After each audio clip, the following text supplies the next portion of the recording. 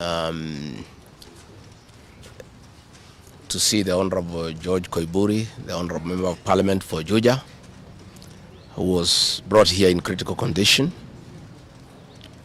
Last Friday, the Honorable George Koiburi had a function in his constituency in a place called Gachagua, and he had a serious engagement with his constituents. In fact, I had the opportunity to address those people through the phone. And after he left the ceremony, he was accosted by officers from the DCI who chased him, and he was able to escape using a motorbike with the help of the local constituents. His vehicle was impounded and his driver was arrested. That vehicle is still in the hands of the DCI. And on Sunday, when he was in church, immediately after the service, 2 undercover agents of a killer squad that has been put in place to deal with elected leaders who are not supportive of William Ruto abducted him in full glare of the church members, and in the process almost harmed his wife. It is not known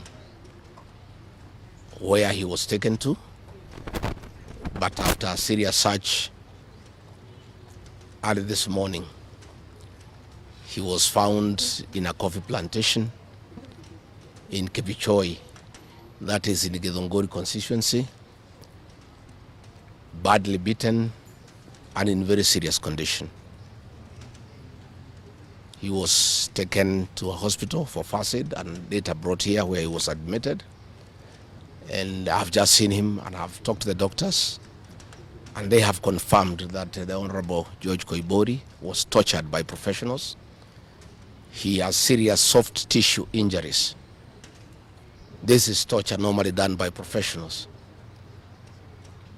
He has lost his voice, and the doctors are working round the clock to restore his vocal cords. And the Honorable Koiburi has been able to communicate through writing because he's not able to speak. That some chemical was administered through inhalation, and the doctors have told us that preliminary investigations confirm that that chemical has interfered with his vocal cords. The doctors have assured us they are doing everything within their power to make sure that he's out of danger. They have taken blood and urine samples to private laboratories, different ones, so that they can establish what could have happened in Martha's poisoning. You remember last weekend I said that a special squad had been set aside and now we have confirmation that President William Ruto, CS for Interior Kipchumba Murkomen, and the Deputy Inspector General, Mr. Eliud Langat, all from the Kalenjin community, have put up a squad to deal with leaders who are opposed to this regime. The Honorable Kipchumba Murkomen has sent a message to us through common friends that his appointment to the Ministry of Interior is to make sure that William Ruto is re-elected as president and to deal with anybody who can stop that objective.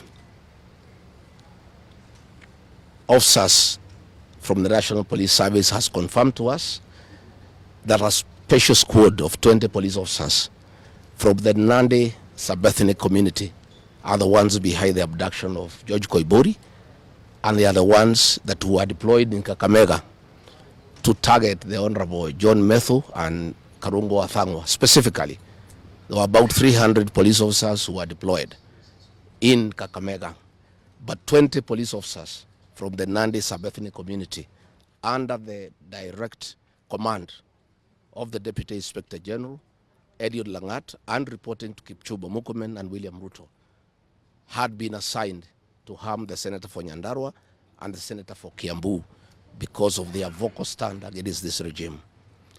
Let me say that I want to appeal to the international community to rescue this country.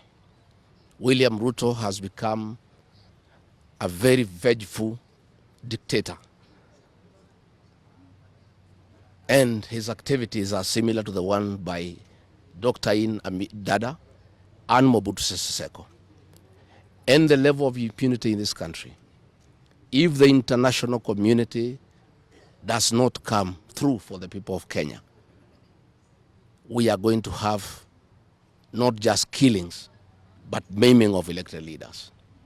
What has happened to the Honorable Koimbuli is a very deliberate attempt by William Ruto, Kipchumba Murkomen, and Langat to scare leaders who speak out. It is meant to scare them. It is meant to sell them fear so that they can stop agitating for the liberation of this great republic. And I want to say that William Ruto must know it is these leaders, it is not these leaders who are against his rule. It is the people of Kenya. These leaders are simply articulating what the people of Kenya are saying. And even if he targets these leaders to kill them, to maim them, he cannot do the same to each and every Kenyan. And I want to tell him to stop spreading the narrative that the rebellion against him is coming from the people of Mount Kenya region. This rebellion is across the country, from Western Kenya, Coast Province, Northeastern, Nyanza, including his native North Rift and South Rift.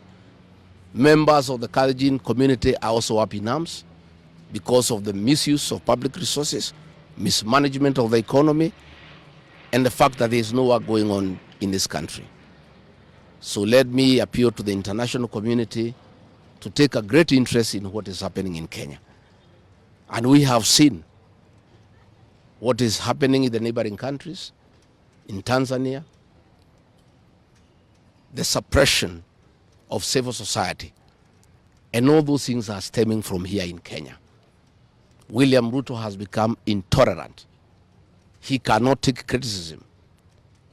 And the reality of one term is slowly sinking into him, that has sent him into serious desperation, that he has now formed a killer squad of his sub-ethnic community of the Nandi to deal with leaders.